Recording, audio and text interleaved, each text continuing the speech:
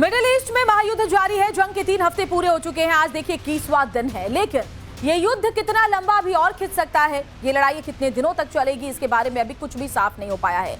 एक तरफ जहां युद्ध के लंबा खिंचने से अब तक इस वॉर का असर पूरी दुनिया पर पड़ता दिखाई दे रहा है। कच्चे तेल की कीमतें आसमान पर चढ़ने लगी हैं। एलपीजी का संकट भी सब अब सामने आ गया है, जिसके बाद अब सवाल उठ रहे हैं कि अगर युद्ध कुछ और दिन चला तो क्या दुनिया पर एक और बड़ा संकट खड़ा हो जाएगा। और इसी से जुड़ी बड़ी खबर आपको बता देते हैं। ईरान से सामने आ रही है। अमेरिका इजराइल के हमले में ईरानी ब्रिगेडियर की मौत हो गई है। आईआरजीसी के प्रवक्ता ब्रिगेडियर जनरल अली मोहम्मद की मौत की खबर है। अली मोहम्मद की मौत के बाद इसको लेकर आईआरजीसी की तरफ से भी बयान सामने आया है। आईआरजीसी ने अपने ब्रिगेडियर जनरल की मौत पर दुख जाहिर किया है। और इस बीच इजराइल भी कई मोर्चों पर युद्ध लड़ रहा है। लेबनान पर इजरायली हमले जारी है। मरने वालों की संख्या बताया जा रहा है लेबनान में 1000 को पार कर चुकी है। इजराइल ने रात के दौरान दक्षिणी लेबनान के कई इलाकों पर हवाई हमले किए, जिसमें कई लोग घायल हुए। ये जानकारी लेबनान की सरकारी समाचार एजेंसी ने दी है। इजरायली लड़ाकू विमानों ने सुबह के समय रिहायशी कस्बों को अपना निशाना बनाया। इसके अलावा दक्षिणी लेबनान के 5 अन्य कस्बों पर भी हमले किए गए। पिछले 2 दिनों में इजराइल ने लेबनान की राजधानी बेरूत, पूर्वी क्षेत्र के बालवेक और दक्षिण के सिरोन शहर पर ताबड़तोड़ हवाई हमले किए। लेबनान के स्वास्थ्य मंत्रालय के मुताबिक 2 मार्च से अब तक इजरायली हमलों में 1000 से ज्यादा लोगों की मौत हो चुकी है, जिनमें 79 महिलाएं हैं, 118 बच्चे हैं और 40 स्वास्थ्य कर्मी भी शामिल हैं। तो वहीं 2584 से ज्यादा लोग घायल हैं, जिनमें से कुछ की हालत नाजुक है। लगातार हो रहे हमलों की वजह से लेबनान में हालात बेहद तनावपूर्ण है। इधर खाड़ी देशों ने इजराइल अमेरिका युद्ध के बीच ईद की नमाज के लिए खुले स्थानों पर प्रतिबंध लगा दिया है। खाड़ी देश इस साल ईद उल फितर की नमाज केवल मस्जिदों के अंदर ही अदा करने की उन्होंने निर्देश जारी किए हैं। वहीं बहरीन ने बताया कि संघर्ष शुरू होने के बाद से उसकी एयर डिफेंस ने 139 बैलिस्टिक मिसाइल और 238 ड्रोन को मार गिराया है। तो ये बड़ी खबर देखिए, जानकारी दी जा रही है अलग अलग देशों की तरफ से कि किस तरह के एक्शन लिए जा रहे हैं। बहरीन की तरफ से ये जानकारी, एयर डिफेंस बहरीन को हमलों से को लेकर के ये जानकारी। इस बीच आपको ये भी बताया कि दुबई के लोगों को मोबाइल पर अलर्ट भेज दिए गए हैं। दुबई में लगातार ईरान हमले कर रहा है और इस जो मैसेज भेजा गया उनके मोबाइल फोन पर, उसमें ईरानी मिसाइल हमलों की चेतावनी दी गई है। अलर्ट रहने के कहा गया है कि अगर बहुत जरूरत ना हो तो सार्वजनिक और खुले स्थानों पर इकट्ठा होने से बचें। तो ईरान, इजराइल और अमेरिका के बीच की जंग को आज 21 दिन हो चुके हैं, जिसके बाद अब सवाल उठने लगे कि क्या ईरान आज की तारीख में एक लंबी जंग लड़ पाएगा या कुछ ही दिनों में ईरान अमेरिका और इजराइल के सामने घुटने टेक देगा यानी सरेंडर कर देगा। दरअसल नेतन्याहू ने कहा था ईरान की मिलिट्री क्षमता तबाह हो चुकी है। शुरुआत में ईरान के पास 410 से 500 बैलिस्टिक मिसाइल लॉन्चर थे, लेकिन सूत्र अब ये बताते हैं कि 3/4 लॉन्चर खत्म हो चुके हैं। अब ईरान के पास सिर्फ 100 से 180 लॉन्चर ही बचे हैं। शुरुआत में ईरान के पास 2500 से 3000 बैलिस्टिक मिसाइल थे। कई मिसाइल ईरान ने दागी हैं, कई मिसाइल नष्ट हो चुके हैं। सूत्रों के मुताबिक ईरान के हमले में अब तक 90 से 92% जो हमले थे वो अब कम हो गए हैं। ईरान के पास अब 8 से 10% बैलिस्टिक मिसाइल की क्षमता ही बची है, यानी कि क्या ये सवाल वाजिब है कि ईरान अब लंबी लड़ाई नहीं लड़ पाएगा। वैसे खाड़ी देशों पर ईरान के हमले से हाहाकार तो जरूर मचा हुआ है। ईरान के हमले से काफी नुकसान हुआ, जिसको लेकर क्या कुछ कहना है गल्फ कंट्रीज का और कैसे अमेरिका उनके साथ खड़ा है, समझने की ये भी कोशिश कर लेते हैं ग्राफिक्स के जरिए। तो देखिए, खाड़ी में खलबली मची हुई है। सबसे पहले बात अगर कतर की करें तो ईरान के मिसाइल हमले से नुकसान का दावा है। रास लफान एलएनजी फैसिलिटी को भारी नुकसान पहुंचा है। आपको याद होगा ट्रंप ने इसको लेकर के बयान भी दिया था।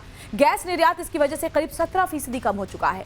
हर साल लगभग 20 अरब डॉलर का नुकसान और मरम्मत में 5 साल तक का वक्त इसको लग सकता है। इसके बाद यूएई की करते बात तो आतंकी नेटवर्कों को पकड़ने का दावा किया, हिजबुल्लाह और ईरान का समर्थन बताया। नकली कंपनी के जरिए इकोनॉमी को नुकसान करने की आशंका जताई जा रही है। बाद बहरीन की 139 बैलिस्टिक मिसाइल और 238 ड्रोन को मार गिराया। ईरान के हमले का मजबूती के साथ जवाब दिया। वहीं अमेरिका की बात करें तो खाड़ी देशों के लिए अमेरिका ने बाजार खोला है। यूएई और कुवैत को 16.46 अरब डॉलर के हथियार बेचने की मंजूरी मिली है। इसके अलावा एक और बड़ी खबर जंग के मैदान से ये आ रही है कि इजराइल, अमेरिका और ईरान युद्ध का तेल की कीमतों पर असर पड़ा है। कई देशों में पेट्रोल, डीजल और एलपीजी कीमतों में बढ़ोतरी देखी जा रही है। हालांकि भारत में फिलहाल कीमतों में इजाफा नहीं देखा गया है।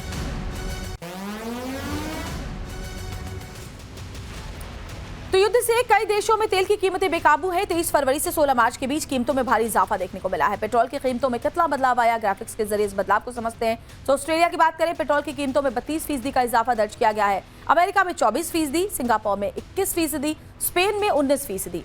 साथ ही डीजल की कीमतें भी कई देशों में बढ़ी हैं। ऑस्ट्रेलिया में डीजल की कीमतों में 40% तक का इजाफा हुआ है।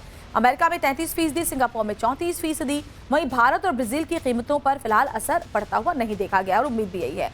इसके अलावा युद्ध से तेल की कीमतें कैसे बेकाबू हो चली है वो तो हमने आपको बताया, लेकिन पेट्रोल की कीमतों पर युद्ध का असर टैली के जरिए आपको समझाने की कोशिश करते हैं। तो देखिए 23 फरवरी से 16 मार्च के बीच कीमतों में बदलाव आया है। अब आपको दिखाते हैं कि ऑस्ट्रेलिया में पेट्रोल 32% महंगा हुआ, यूएसए में 24%, सिंगापुर में 21%। तो ये जो पूरा आपको डिटेल हम दिखा रहे हैं आंकड़ों के जरिए, उसको समझिए इस तरीके से कि स्पेन में 19%, इजिप्ट में 14%, चीन 10%, मलेशिया में 5%, हांगकांग में भी 5%, कतर में 3%। हालांकि ब्राजील और भारत में ये कीमतें अभी स्थिर बनी हुई हैं।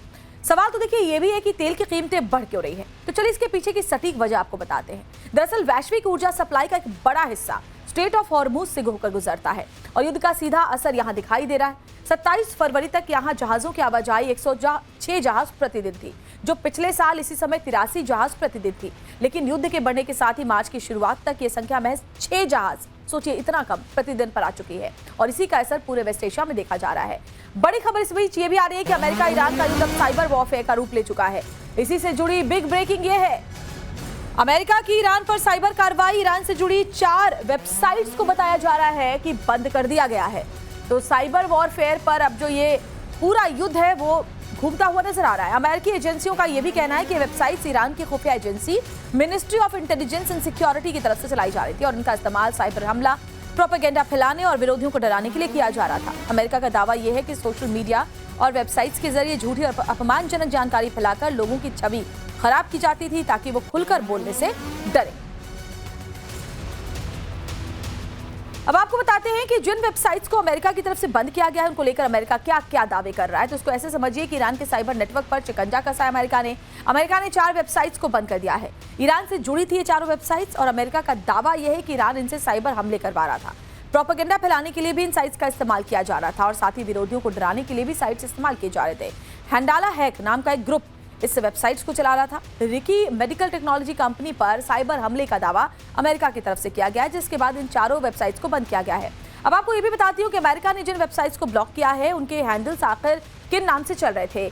तो आपको ये भी बता दें कि justicehomeland.org, handalahack.to, karmabelow80.org, इसके अलावा हंडाला रेड वांटेड, ये वो वेबसाइट्स है। इन नामों से इन वेबसाइट्स को चलाया जा रहा था। देखिए चारों वेबसाइट्स हमने आपको दिखाया जिनको अमेरिका ने बैन कर दिया है। वैसे ईरान के अर्धसैनिक रिवोल्यूशनरी गार्ड IRGC के प्रवक्ता ने कहा कि तेहरान अभी भी मिसाइलें बना रहा है। बड़ी खबर आपको बताते हैं, उन्होंने इजरायली प्रधानमंत्री बेंजामिन नेतन्याहू के इस दावे का खंडन किया है कि तेहरान अब मिसाइलें नहीं बना सकता। ईरान का कहना है कि कोई चिंता की बात नहीं है क्योंकि हम युद्ध की स्थिति में मिसाइलें लगातार बना रहे हैं और ऐसे में जंग हम लंबा चलाएंगे। आज युद्ध का 21वां दिन है। इस बीच अमेरिकी राष्ट्रपति डोनाल्ड ट्रंप का एक और बयान सामने आया है जिसने पूरी दुनिया के कान खड़े कर दिए हैं। अमेरिकी राष्ट्रपति ने कहा कि वो ईरान की जमीन पर फिलहाल अपनी सेना तो नहीं उतारने जा रहे, लेकिन साथ ही ट्रंप ने यह भी कहा कि अगर वो चाहें तो सिर्फ 2 सेकंड में पूरा युद्ध खत्म कर सकते हैं।